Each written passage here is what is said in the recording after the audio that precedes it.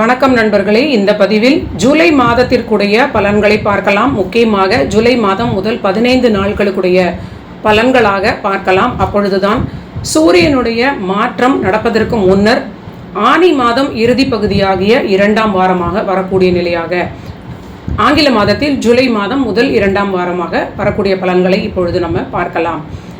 சூரியனுடைய மாற்றம் நடந்த பிறகு பலன்கள் எல்லாமே எல்லோருக்குமே ஆதிபத்திய பலன்களை டோட்டலி வித்தியாசமாக செய்யக்கூடிய நிலை இருப்பதனால் இப்படி ஒரு 15 நாட்களுக்காக நம்ம பிரித்து பார்க்கக்கூடிய நிலையாக தொடர்ந்து கொடுத்து கொண்டிருக்கிறோம். அந்த அடிப்படையில் ஜூலை 1ஆம் தேதி முதல் 15ஆம் தேதி வரை சூரியனுடைய அமர்வு ஆனி மாதமாக தமிழ் மாதத்தில் வரக்கூடிய அடிப்படையில் மிதுனத்திலேயே இருக்கக்கூடிய நிலையில் இந்த ஆங்கில மாதமாக 15 நாட்களுக்கு பலன்களை பார்க்கலாம். இந்த மாதத்தில் முக்கியமான ஒரே ஒரு நிலை பார்த்தீங்கன்னா, சுக்கிரன் கிரகம் ரிஷபராசியில் ஆட்சி பெற்று இருக்கிறார். இந்த பலனுக்கு வேற ஒரு தலைப்பு கூட கொடுக்கலாம். ஆட்சி பெறக்கூடிய சுக்கிரன் என்ன செய்வார் அப்படின்னு கூட கொடுக்கலாம். இது ஒரு நல்ல நிலை. தனாதிபதியாக காலச்சக்கரத்தின் 2ஆம் அதிபதியாக வரக்கூடிய சுக்கிரன் அந்த 2ஆம் வீட்டிற்கு பின்னால் அமர்ந்து மேஷ ராசியில் இருந்து கடந்த ஒரு மாதத்திற்கு மேலாக ஒரு பெரிய தொல்லையாக இருந்ததுன்னு சொல்லலாம், இல்லை வளர்ச்சி குறைவாக இருந்ததுன்னு சொல்லலாம். இப்பொழுது 2ஆம் வீட்டிலேயே ஆட்சி பலம் பெறுகிறார். இது ஒரு டிஸ்டிங்டான பலனை ஜூலை 15 நாட்களுக்கு நமக்கு கொடுக்க போகிறது. மேஷம் முதல் மீனம் வரை 12 ராசிகளுக்குமே இந்த சுக்கிரனை அடிப்படையாக வைத்து அதன் தொடர்பாக வரக்கூடிய கிரக நிலைகளுக்கு பலன்களை பார்க்கலாம். முதலில் மேஷ ராசிக்கு இது ஒரு மிகப்பெரிய யோகமான காலகட்டம். இவர்களுக்கு நேரடியாக காலச்சக்கரத்தின் எல்லா பலன்களும் பொருந்தி வரும். 2ஆம் அதிபதி 2இல் ஆட்சி பெறுகிறார். முதலில் செல்லக்கூடிய நட்சத்திரம் பஞ்சமாதிபதியுடைய கிருத்திகை நட்சத்திரம். அந்த சூரியனும் 3ஆம் வீட்டில் இருக்கிறார். 5ஆம் வீட்டில் ராசிநாதன் இந்த சுக்கிரனுடைய சாரத்தில் செல்கிறார். பிரமாதமான ஏற்றம், அற்புதமான மன மகிழ்ச்சி, குழந்தைகளுக்கு வளர்ச்சி, சிலருக்கு குழந்தை பாக்கியம் ஏற்படும், குடும்பத்தில் அற்புதமான வரவுன்னு சொல்லக்கூடிய நிலையாக 2ஆம் வீட்டில் ஒரு ஆட்சி பலம் பெற்ற கிரகம். பொருளாதாரத்தில் ஏற்றத்தை கொடுக்கும். குழந்தை பாக்கியம், குழந்தைகளுக்கு குழந்தை பாக்கியம், குழந்தைகளுக்கு எல்லா காரியங்களும் எடுத்த காரியம் வெற்றி, பிரமாதமான நல்ல நிலை. நீண்ட நாட்களுக்கு பிறகு 7.5 வந்த பிறகு கூட மேஷராசிக்கு ஒரு வளர்ச்சியான காலகட்டமாகவே என்னை பொறுத்தவரை இதை நான் பார்க்கிறேன். அடுத்தது ரிஷப ராசிக்கு பார்க்கலாம். இவர்களுடைய ராசிநாதனாக இருக்கக்கூடிய சுக்கிரன் ராசியிலே ஆட்சி பெற்றிருக்கிறார். இது ஒரு நல்ல நிலைன்னு சொல்லலாம். பஞ்சமஸ்தானமாகிய 5ஆம் வீட்டோடு திரிகோணமாக இவர் 5ஆம் வீட்டை பார்ப்பதுன்னு சொல்லலாம், இல்லை கனெக்ட் ஆவதுன்னு சொல்லலாம், ஒரு இணைவு அப்படின்னு சொல்லலாம். ஒரு மன மகிழ்ச்சி ஏற்படும். நீண்ட நாட்களாக ஏதோ ஒரு இனம் புரியாத குழப்பமாக இருந்திருக்கும். நம்மளே நம்ம மறைந்து கொண்டு கனவில் நம்ம எங்கே இருக்கிறோம்னு யோசிப்போம். அது போன்ற ஒரு நிலையாக ஒரு கிரகம் மறைந்தால் கொடுக்கும் அப்படின்னு ஒரு விளக்கம் சொல்லலாம். இப்பொழுது ஆட்சி பலம் பெறக்கூடிய சுக்கிரன் ஒரு மன மகிழ்ச்சி நிம்மதியை இவர்களுக்கு ஏற்படுத்தும். ஆனால் 6ஆம் அதிபதியாகவும் இதே சுக்கிரன் வருவதனால் பணியில் ஏற்றம், உத்தியோகத்தில் பெரிய வளர்ச்சி, வெளிநாடு தொடர்பு இதெல்லாம் கொடுக்கும். ஆரோக்கியத்தை மட்டும் அவரவர்களுடைய சூழலுக்கு ஏற்றார் போல, கடந்த கால ஒரு ஹெல்த் கண்டிஷன்ஸ்க்கு ஏற்றார் போல தொடர்ச்சியாக மெயின்டைன் செய்து கொள்வது ஒரு நல்ல பலனை கொடுக்கும். மேலும் இருக்கக்கூடிய கிரக நிலைகள் உங்களுக்கு வாழ்க்கை துணைக்கு 10ஆம் வீட்டிலேயே திக்பலத்தினுடைய ஒரு நல்ல நிலை இருப்பது உங்களுக்கு ஒரு பெரிய ஒரு சௌகரியமான நிலை, ஒரு பெரிய ஒரு ஷேரிங் ஆஃப் ரெஸ்பான்சிபிலிட்டிஸ்ன்னு சொல்லலாம், ஷோல்டரிங் ரெஸ்பான்சிபிலிட்டிஸ்ன்னு சொல்லலாம். ஓரளவிற்கு நல்ல நிலையாக வாழ்க்கை துணையுடைய உதவி உங்களுக்கு தைரியத்தை கொடுக்கும். 3ஆம் வீட்டில் உள்ள புதன் கிரகமும் அற்புதமான ஒரு குடும்பத்தில் உள்ள நிலைக்கு வளர்ச்சியான காலகட்டமாக கொடுக்கிறார். குழந்தைகளுக்கு வளர்ச்சியான நிலை. தொழில் ஸ்தானத்தில் இருக்கக்கூடிய ராகு கிரகம், லாபஸ்தான சனி கிரகம் எல்லாமே ஒரு அற்புதமான இணைவாக மேஷத்தை விட அதிகமான நன்மைகளை கொடுக்கக்கூடிய ஒரு நிலையை இந்த 15 நாட்கள் ஜூலை மாதத்தில் ரிஷப ராசிக்கு அற்புதமான கிரக நிலைகளாகவே காட்டுகிறது. ஆரோக்கியத்தை மட்டும் அலட்சியம் செய்யக்கூடாது. மனக்குழப்பம் இல்லாமல் ஓரளவிற்கு மனதில் அமைதியை பழக்கப்படுத்துவதற்குரிய சில ப்ராக்டிசஸ், நீங்கள் யோகாவாக இருந்தாலும், எக்ஸசைஸாக இருந்தாலும், இல்லைனா தியானம், இல்லைனா ஜிம்முக்கு போகக்கூடிய நண்பர்கள் ஏதாவது ஒன்றை நீங்கள் ரெகுலராக செய்வது உங்களுக்கு ஒரு மன அமைதியையும் மன நிம்மதியையும் கொடுக்கும். அடுத்தது மிதுன ராசிக்கு இந்த ஆட்சி பெற்ற சுக்கிரனாக ஜூலை 15 நாட்கள் என்ன செய்ய போகிறார் அப்படின்னு பார்த்தால், அற்புதமான வெளிநாட்டு தொடர்பான நீண்ட நாள் விஷயங்களை இவங்களுக்கு உடனடியாக ஒரு லாபமான விஷயமாக மாற்றி கொடுப்பார்னு சொல்லலாம். பணிக்காக அப்ளை பண்ணி கொண்டிருந்த நண்பர்களுக்கு நீண்ட நாள் விஷயங்கள் தடையாகி கொண்டிருந்தால் இப்பொழுது பணி ரீதியிலான விஷயங்கள் வேகமாக அற்புதமான வளர்ச்சியை காட்டும்னு சொல்லலாம். முயற்சி ஸ்தானத்தில் இவங்களுடைய 6ஆம் அதிபதி இருப்பது பிரமாதமான ஒரு பரிவர்த்தனை யோகம் அப்படின்னு சொல்லலாம். ஆறுக்குடையவர் திக்பலத்தோடு 3ல் இருப்பது, அந்த 3ஆம் அதிபதி ராசியில் இருப்பது அற்புதமான ஏற்றம், எடுத்த முயற்சிகளுக்கு வெற்றி, முக்கியமாக பணி ரீதியிலான முயற்சிகளுக்கு அற்புதமான வெற்றி, கடல் கடந்து செல்லக்கூடிய பணி ரீதியிலான முயற்சிகளுக்கு அற்புதமான வெற்றின்னு சொல்லலாம். குழந்தைகளுக்கான சில சுபவிரயங்களாக இருக்கும். குழந்தைகளுக்குமே நல்ல வளர்ச்சியான நிலை, கடல் கடந்து செல்லக்கூடிய ஒரு பிரயாணம், பணி, உத்தியோகம், தொழில் வளர்ச்சி, இதெல்லாமே மிதுன ராசி நண்பர்கள் அவர்களுக்கும் நடக்கும், குழந்தைகளுக்கும் நடக்கக்கூடிய நல்ல நிலை. இவர்களுடைய ராசிநாதனும் 2ஆம் வீட்டில் இருப்பது குடும்பத்திற்காக எல்லா முயற்சிகளும் ஏற்படுத்தக்கூடிய நல்ல காலகட்டம், எடுக்கக்கூடிய முயற்சிகளும் வெற்றி பெறக்கூடிய ஒரு நல்ல அற்புதமான காலகட்டம். ஆனால் விரயஸ்தானத்தில் பலமான சுக்கிரன் சற்று செய்யக்கூடிய விரயங்களை எல்லாம் ஒரு நல்ல விரயமாக நீங்கள் தொடர்ந்து கண்காணித்துக் கொள்வது, நல்ல விரயங்களை இந்த காலகட்டத்தில் பயன்படுத்திக் கொள்வது நல்ல பலனாக மாற்றிக்கொள்ளலாம். அடுத்தது கடகராசிக்கு பார்க்கலாம். கடகராசிக்கு இந்த முக்கியமாக இந்த மாதம் பார்த்தீங்கன்னா எந்த கிரக மாற்றமும் இல்லை. சுக்கிரன் மட்டும் இவங்களுடைய லாபஸ்தானத்தில் இருக்கிறார். சுகஸ்தானத்திற்கு அஷ்டமாதிபதியாக இருந்து அவரே பாதகாதிபதியாக இருப்பதனால் கண்டிப்பாக ஆரோக்கியத்தில் அக்கறை தேவை, தாயாருடைய ஆரோக்கியத்தில் அக்கறை தேவை, தாயாருடனான ரிலேஷன்ஷிப்பில் கடகராசி மிகுந்த அக்கறை தேவை. யாரெல்லாம் வெளியில் இருக்கீங்களோ உங்களுக்கு பிரச்சனை வராது. யாரெல்லாம் கடகராசியினர் தாயாரோடு அருகிலேயே இருப்பவர்கள், ஒரு வளர்ந்த குழந்தைகளாக இருக்காங்க அப்படின்னா இந்த காலகட்டத்தில் கொஞ்சம் இதை நீங்கள் ஃபீல் பண்ணக்கூடிய நிலையாக இருக்கும். இதே சமயம் வெளி வட்டாரத்தில் இருக்கக்கூடிய சில பெண்களால் குடும்ப வாழ்விலும் குழப்பங்கள் வரலாம். ஸோ இந்த ஒரு விஷயத்தில் மட்டும் கடகராசி குடும்பத்தில் இருக்கக்கூடிய விஷயங்களை வெளியில் ஷேர் பண்ணாமல் இருப்பது ஒரு நல்ல பலனை கொடுக்கும். பணியில் அற்புதமான ஏற்றம், தந்தையாருக்கு சில ஆரோக்கிய பிரச்சனைகள் வரலாம். குரு கிரகம் மறைந்து இருப்பது, சூரியனும் இந்த 15 நாட்கள் ஜூலை வரை உங்களோட 12ஆம் வீடாகிய மிதுனத்தில் இருப்பது, குடும்ப வாழ்விற்காக நீங்கள் வெளியூர் வெளிநாடு செல்லலாம். வெளிநாட்டு பணம் உங்களுக்கு வரக்கூடிய நல்ல நிலை. ஆனால் பணியில் சற்று கவனமாக இருப்பதும், கொஞ்சம் அசந்தால் உங்கள் மேல் பழி போடக்கூடிய ஒரு அபாயம் இருப்பதாக சில நிலைகள் ஏற்படலாம். ஓரளவிற்கு பெண்களிடம், நீங்கள் பெண்களாகவே இருந்தாலும் பணி செய்யக்கூடிய இடம், தொழில் செய்யக்கூடிய இடத்தில் பிற பெண்களால் சில குழப்பங்கள் ஏற்பட வாய்ப்பு இருக்கிறது. பாதகஸ்தானத்தில் உள்ள சுக்கிரன் கிரகம், 8ல் இருக்கக்கூடிய ராகு கிரகம், இது இரண்டுமே உங்களுக்கு ஒரு தேவையில்லாத ஒரு டேஞ்சரஸான பிளானட்ஸ் போன்ற நிலை இருப்பதனால் பெண்களை பார்த்தால் நீங்கள் கொஞ்சம் கவனமாக இருப்பது, எச்சரிக்கையாக இருப்பது நல்ல பலனை கொடுக்கும். அடுத்தது சிம்ம ராசிக்கு ஜூலை மாதம் 15 நாட்கள் என்ன பலன்கள்? இவர்களுக்கு 10ஆம் வீட்டில் நேரடியாக அற்புதமான கேந்திர வீட்டில் பலம் பெறக்கூடிய சுக்கிரன் கிரகம். ஆனால் கேந்திர வீட்டில் ஒரு சுப கிரகம் ஆட்சி பெறுவதை விட ஒரு அசுப கிரகங்களாக வரக்கூடிய அந்த அமர்வு இன்னும் கூட நல்ல வளர்ச்சியை கொடுக்கும். ஆனால் இவர்களுக்கு 10ஆம் வீடு பலம் பெறுவது ஒரு நல்ல நிலை அப்படின்னே சொல்லலாம். திடீர் வளர்ச்சிகள், தொழிலுக்காக நீண்ட நாள் உங்களுடைய தடைகள் எல்லாமே நீங்கும். தொழிலுக்கான முக்கியமான கடன் வாங்கி உங்களுடைய புதிய முதலீடுகள் நல்ல விதமாக நீங்கள் அடுத்த கட்டத்திற்கு வளர்ச்சியை பார்க்கக்கூடிய நல்ல நிலை. இதே சுக்கிரன் உங்களுக்கு முயற்சி ஸ்தானாதிபதியாக இருக்கிறார். ஸோ நீண்ட நாள் தொழில் முயற்சிகள், கடன்களுக்காக காத்து கொண்டிருக்கக்கூடிய நிலை, இதெல்லாமே உங்களுடைய கடன்களுக்கான முயற்சிகள், தொழில் ரீதியிலான முதலீடுகள் அற்புதமாக உங்களுக்கு நல்ல பலன்களை கொடுக்கும். ஆனால் எல்லாவற்றிலுமே சற்று நிதானமாக இருப்பது, உங்களுக்கு புதிதாக ஒரு கடன் வாங்கி கொடுப்பதற்காக யாராவது ஒரு அறிமுகமாக ஒரு புதிய நண்பர்களோ இல்லைன்னா புது அறிமுகங்களோ வந்தால் கூட ரொம்ப நீங்கள் அவங்களை நம்பிடாமல் சற்று எச்சரிக்கையாக இருப்பது உங்களுக்கு நல்ல பலனை கொடுக்கும். திருமண வாழ்விலும் ஓரளவிற்கு அனுசரித்து செல்வது, ஆன் அண்ட் ஆஃப் உங்களுக்கு திடீர்னு நல்லா இருக்கிற குடும்பத்தில் ஒரு பெரிய ஸ்ட்ரெஸ் வந்துடும், 2 நாள் நமக்கு மூட் அவுட்டாக இருக்கலாம். இது போன்ற நிலையை ஜென்மகேதுவும் 7ல் உள்ள ராகுவும் கொடுக்கலாம். 7ல் மட்டும் இல்லாமல் 8லும் சனி இருப்பது ஆடட் ப்ராப்ளம்ஸ் அப்படிங்கிறத நீங்கள் புரிந்து கொள்ள வேண்டும். அடுத்தது கன்னி ராசி நண்பர்களுக்கு பார்க்கலாம். கன்னி ராசிக்கு பாக்யஸ்தானத்தில் ஆட்சி பெற்ற ஒரு சுக்கிரனாக இருக்கிறார். 10ஆம் வீட்டில் குரு சூரியன், இவர்களுக்கு பிரமாதமான நல்ல காலகட்டம் அப்படின்னே சொல்லலாம். நீண்ட நாள் குழப்பங்கள் தீரக்கூடிய மிகுந்த நல்ல நிலை. 8ஆம் வீட்டில் அமர்ந்த சுக்கிரன் இதுவரை பார்த்த ராசிகளில் கன்னி ராசிக்கு கொடுத்த தொல்லை போல வேறு எந்த ராசிக்கும் கொடுத்திருக்க முடியாது அப்படின்னு சொல்லலாம். ஆண்களாக இருப்பவர்களுக்கு வாழ்க்கை துணையோடு ஒரு பெரிய பிரச்சனையாக இருந்திருக்கலாம்.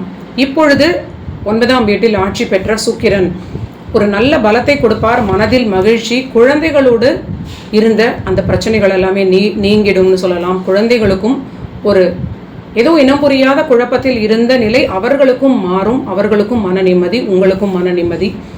ஒரு நல்ல ஒரு காலகட்டம். 10ல் இருக்கக்கூடிய குரு சூரியன், சுப விரயங்கள், தொழில் ரீதியிலான பிரச்சனைகள், நீண்ட நாள் ஒரு தடைகள் எல்லாமே நீங்கி அற்புதமான அடுத்த கட்ட வளர்ச்சியை உங்களுக்கு அடையும். 6ல் இருக்கக்கூடிய ராகு பிரமாதமான உத்தியோக வளர்ச்சி, உத்தியோகத்தில் நல்ல வருமானம் எல்லாம் கொடுப்பார். ஆனால் பணியிடத்திலும் சரி வெளியிடத்திலும் பேசுவதில் சற்று கவனம் தேவை. அதே சமயம் உணவினால் பிரச்சனைகளையும் இந்த 6ஆம் வீட்டு ராகு கொடுக்க அதிக வாய்ப்பு இருக்கிறது. ஸோ இதெல்லாம் கொஞ்சம் ஆரோக்கியம், பேச்சில் நிதானம், இது மட்டும் ராகுவினால் நீங்கள் சரியாக பார்த்து கொள்ள வேண்டும்.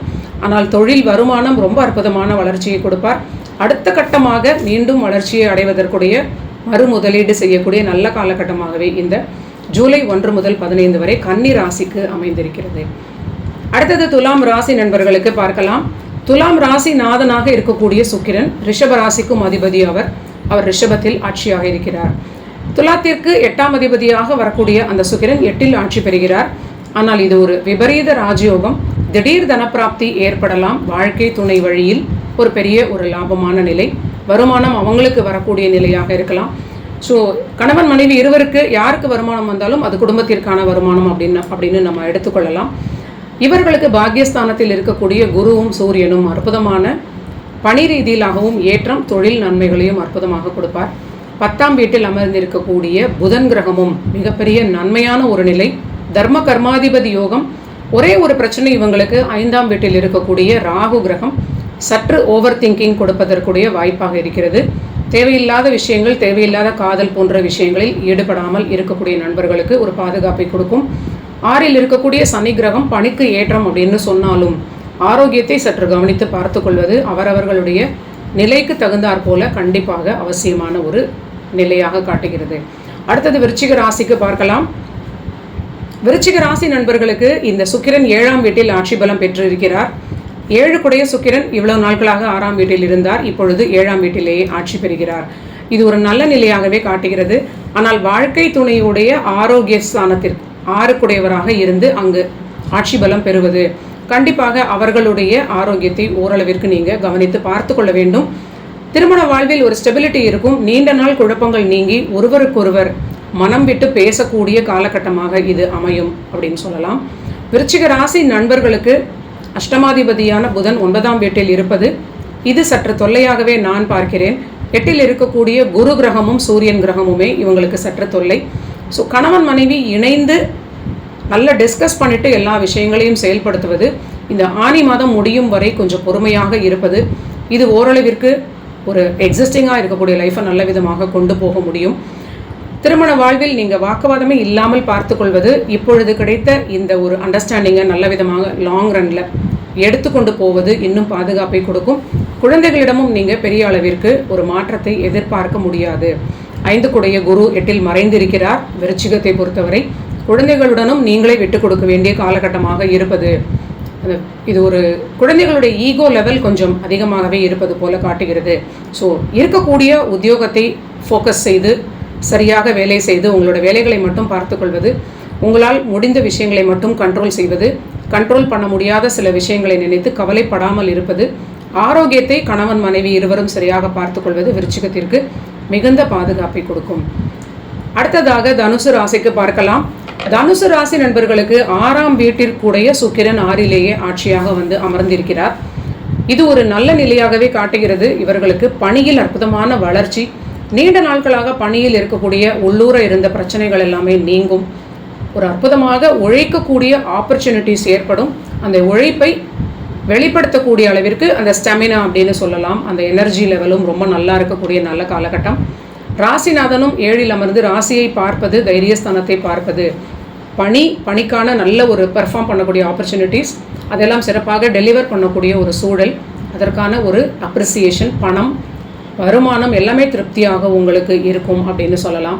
10 குடைய புதனும் லாபஸ்தானத்தில், தன் வீட்டிற்கு லாபஸ்தானத்தில் இருப்பது ஓரளவிற்கு தொழில் வருமானமும் உங்களுக்கு திருப்தி அளிக்கும் அப்படின்னு சொல்லலாம்.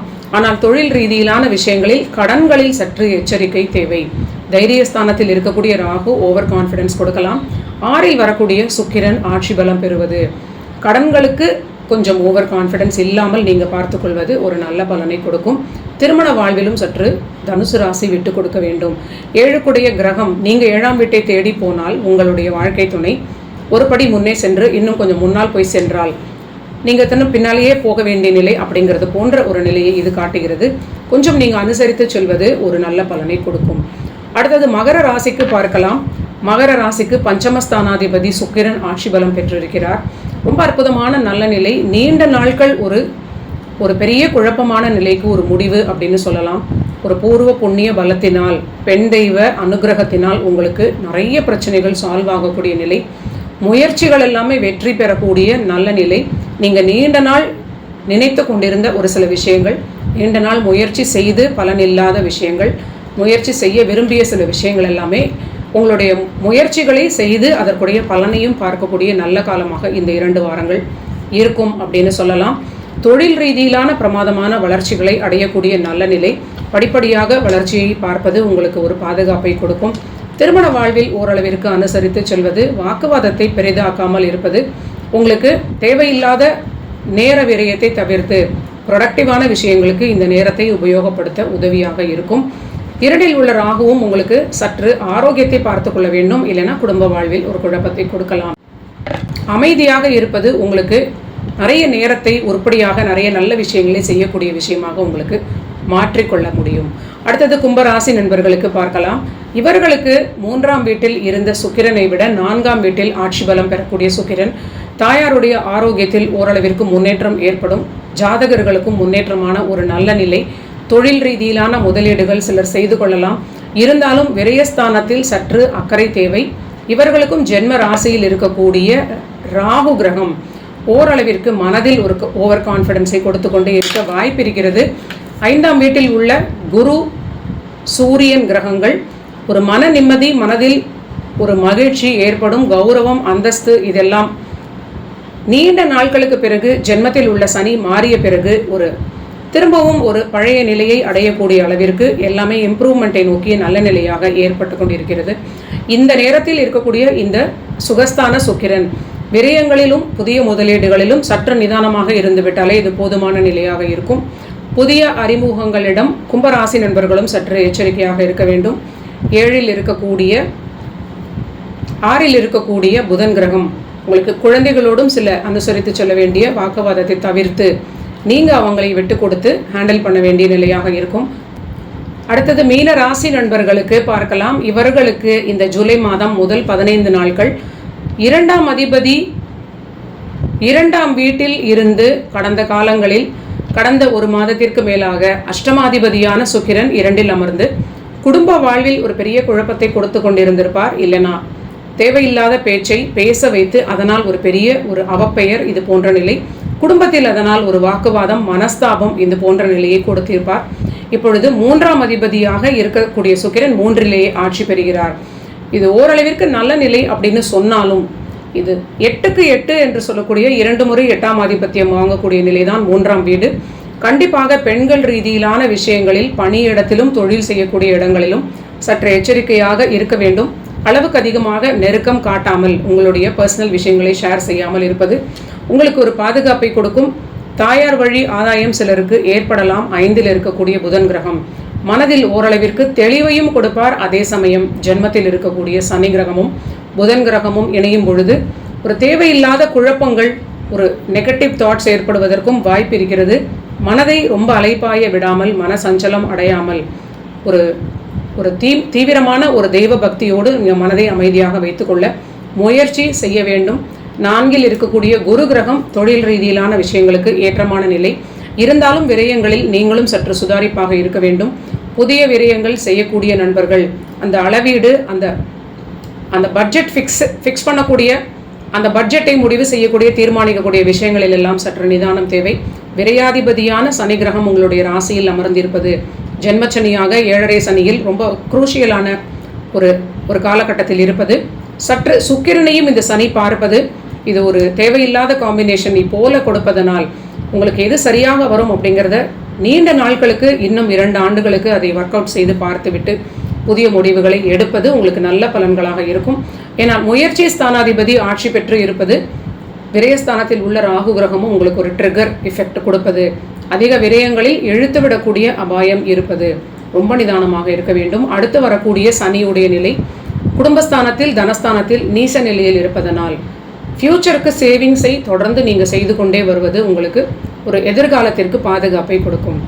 நன்றி நண்பர்களே. இதுதான் ஜூலை மாதம் 1 முதல் 15 வரை ஜூலை முதல் 2 வாரங்களுக்கான ராசி பலன்கள்.